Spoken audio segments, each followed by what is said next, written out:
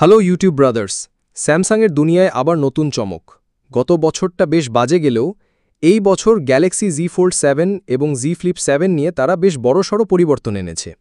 আজকের ভিডিওতে আমরা এই দুটি নতুন ফোল্ডেবল ফোনের ভালোমন্দ সব দিক নিয়ে খোলামেলা আলোচনা করব। ফোনগুলো কি আসলেই আপগ্রেড করার মতো? চলুন খুঁজে বের করা যাক। আর হ্যাঁ, ভিডিওটি শেষ পর্যন্ত দেখলে থাকছে একটি বিশেষ ঘোষণা, একটি আইফোন 12 মিনি গিভওয়ে। তাই আর দেরি না করে চলুন শুরু করা যাক আজকের এই ইন্টারেস্টিং ভিডিও। প্রথমে আসি গ্যালাক্সি Z Fold 7 এর কথায়। এবারের Fold 7-এ স্যামসাং সত্যিই কিছু চোখে পড়ার মতো পরিবর্তন এনেছে। যেমন ডিজাইন, ফোনটা এখন অনেক বেশি পাতলা, মাত্র 8.9 মিলিমিটার, আরও বেশি হালকা, প্রায় 215 গ্রাম, যা একটা S25 আল্ট্রার থেকেও কম। তাই বন্ধ অবস্থায় হাতে নিলে মনেই হবে না এটা একটা ফোল্ডেবল ফোন। এরপর বড় ডিসপ্লে, খোলার পর ভেতরে স্ক্রিন এখন আরও বড়, 8 ইঞ্চের একটা বিশাল ট্যাবলেট, যা আপনার পকেটেই খুব ভালোভাবে এঁটে যাবে। এবার সবচেয়ে বড় আপগ্রেড হলো এর ক্যামেরা। এতে S25 আল্ট্রার 200 মেগাপিক্সেলের ফ্ল্যাগশিপ ক্যামেরা দেওয়া হয়েছে, ফলে ছবির কোয়ালিটি নিয়ে কোনো প্রশ্নই থাকবে না। আর এখন যদি পারফরম্যান্সের কথা বলি, তবে এর ভেতরে রয়েছে Snapdragon 8 lead for Galaxy chipset, তাই পারফরম্যান্স হবে একদম টপ নচ। তো এইগুলো ছিল এই ডিভাইসটির ভালো দিক। এবং চলুন কিছু খারাপ দিক নিয়েও আলোচনা করা যায়। নাম্বার 1, S Pen নেই। যারা S Pen ব্যবহার করতে ভালোবাসতেন তাদের জন্য খারাপ খবর, এবার S Pen সাপোর্ট পুরোপুরি তুলে নেওয়া হয়েছে। নাম্বার 2, দাম বেশি।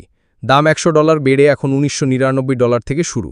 ফোনটা এমনিতেই দামি ছিল, এখন আরও দামি হয়ে গেল। বাংলাদেশ থেকে কিনতে গেলে ধরুন 3 লাখ টাকা পড়বে। এখন প্রশ্ন হলো, এত দাম দিয়ে কি কোনো বাংলাদেশিকে এই ফোনটা কিনতে আগ্রহী হবে? নাম্বার 3 হলো ব্যাটারি।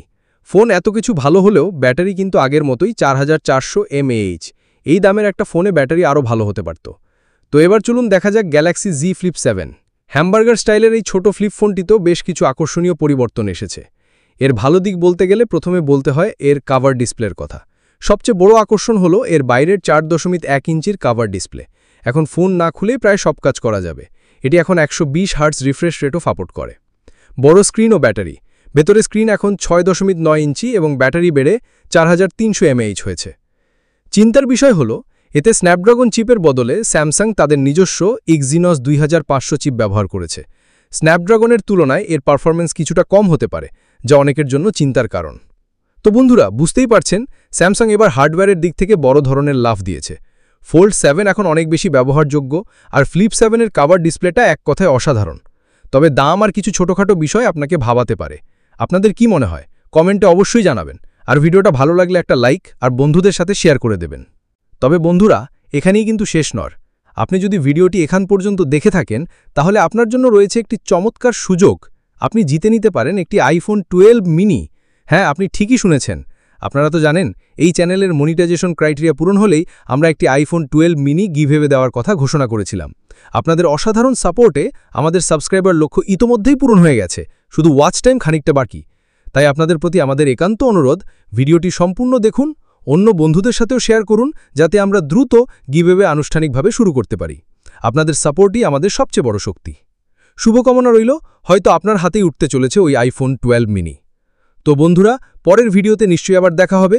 ততক্ষণ পর্যন্ত সবাই ভালো থাকবেন, সুস্থ থাকবেন। আল্লাহ হাফেজ।